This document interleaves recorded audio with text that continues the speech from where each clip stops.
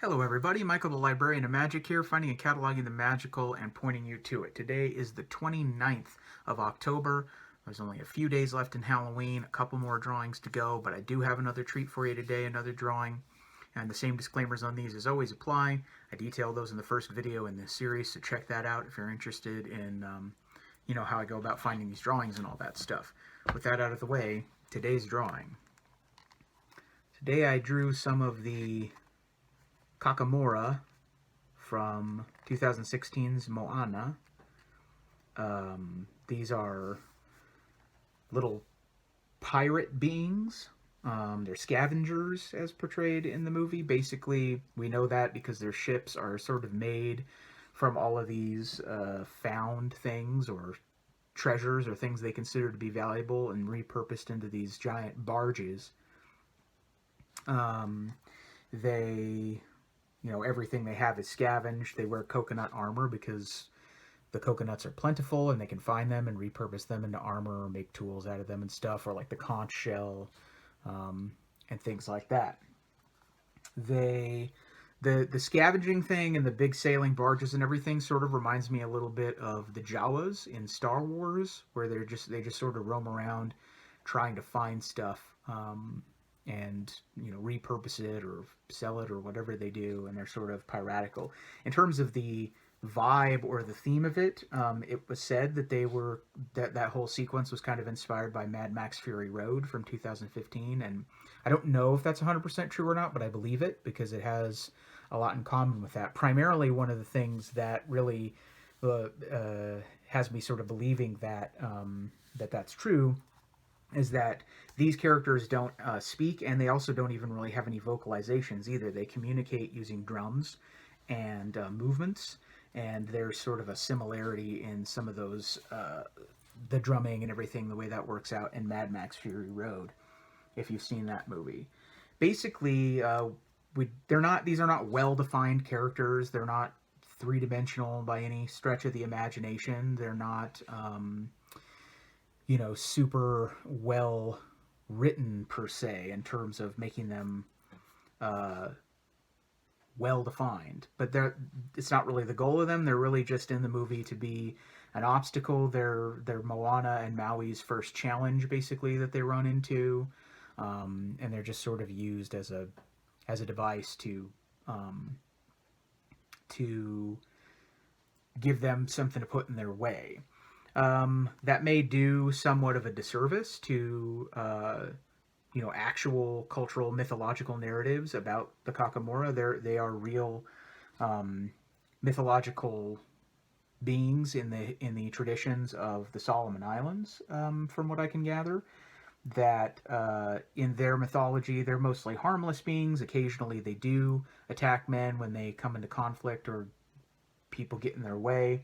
They have these fingers with sharp nails that they can use to stab people with, but typically they wander the forests and they eat nuts and fruit, and apparently they like eating possums, from what I could gather.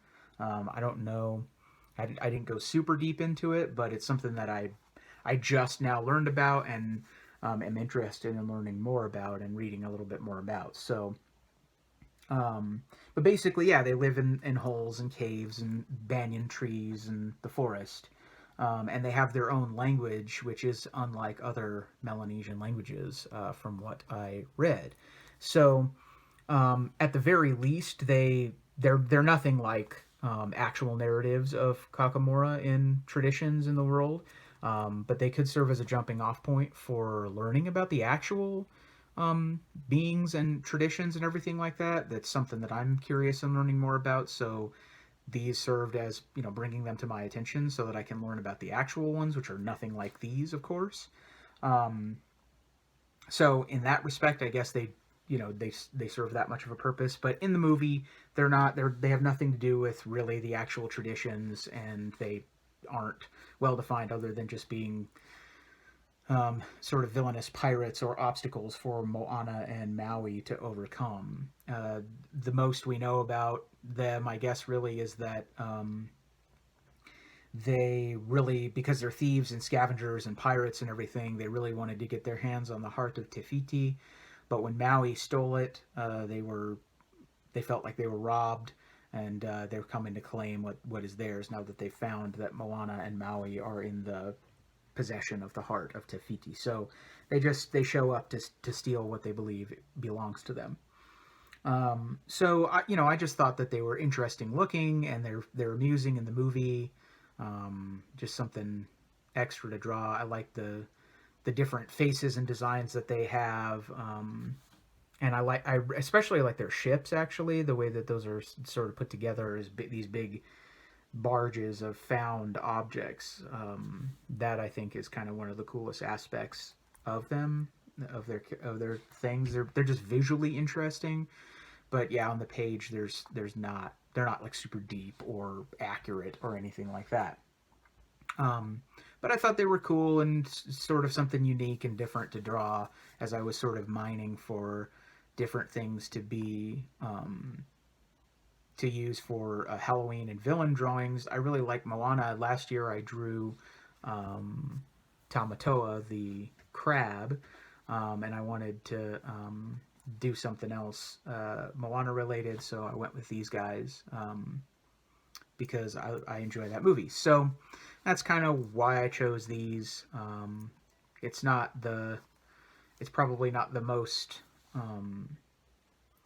interesting backstory or anything like that, but if it inspires you to learn more about the actual Polynesian mythologies and the various cultures, there's Moana incorporates various traditions from all around Polynesia, and there are many. I mean, there's all these diverse amount of cultures and tribes and civilizations and everything throughout the South Pacific, and so they have some similarities in the mythology, and there's some differences, and a lot of it is complex, and there are a lot of myths and traditions going on there from different places. So if this serves at all as a jumping off point for learning about that stuff, then that's great. I think that's one of the benefits of the movie itself, of Moana, is that it's it serves enough to just bring some of these stories and myths to your attention that you may not have known about before unless you're actually Polynesian. So then it maybe inspires you to learn more about how they were able to build these boats and wayfind across the oceans in long ago times, which is just one of the great impressive achievements of humankind, of human history. So there's a lot of cool things about the movie that could inspire you to learn more. And this is one of those things that they give you a little bit, but then it makes you wonder, like, is this real? Is this not? What's real and what's not? And at least that inspires you to learn some things, hopefully. So those are the Kakamora. That's kind of my short little spiel about them and the film and everything like that. I hope you enjoyed it. Maybe it inspires you to go watch the movie, and beyond that, hopefully to learn a bit about our Polynesian brothers and sisters and what their traditions and culture and myths and everything are actually about, and what they're actually like, and their technologies and the history of how they were able to wayfind across the oceans. So thanks as always for joining me on these. I'll be back again for the remainder of the month, the next 2 days, with a couple of more treats, a couple more drawings. I hope that you join me then, and this has been a nice bright spot or a break in the middle of your day. And until then, take care. Bye-bye.